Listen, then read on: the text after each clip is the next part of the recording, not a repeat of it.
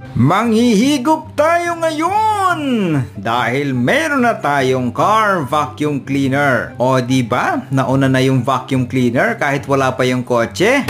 Lord, yung gulong naman sa susunod please. Isabay mo na yung side mirror at yung brake. Bongga! Sa totoo lang, nung una akala ko na wow mali si seller kasi sobrang gaan itong parcel. 0.45 kilograms lang kasi te. Meron na kasamang flat at brush nozzle at hose. Ang haba ng cable, 3 meters na. Abot hanggang likod ng sasakyan mo. Ewan ko ba bakit may tuyong dahon dyan, pero hihigupin ko yan.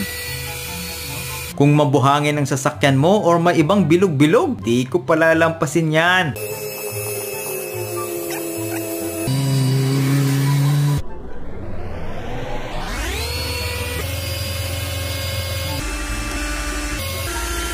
Ang angas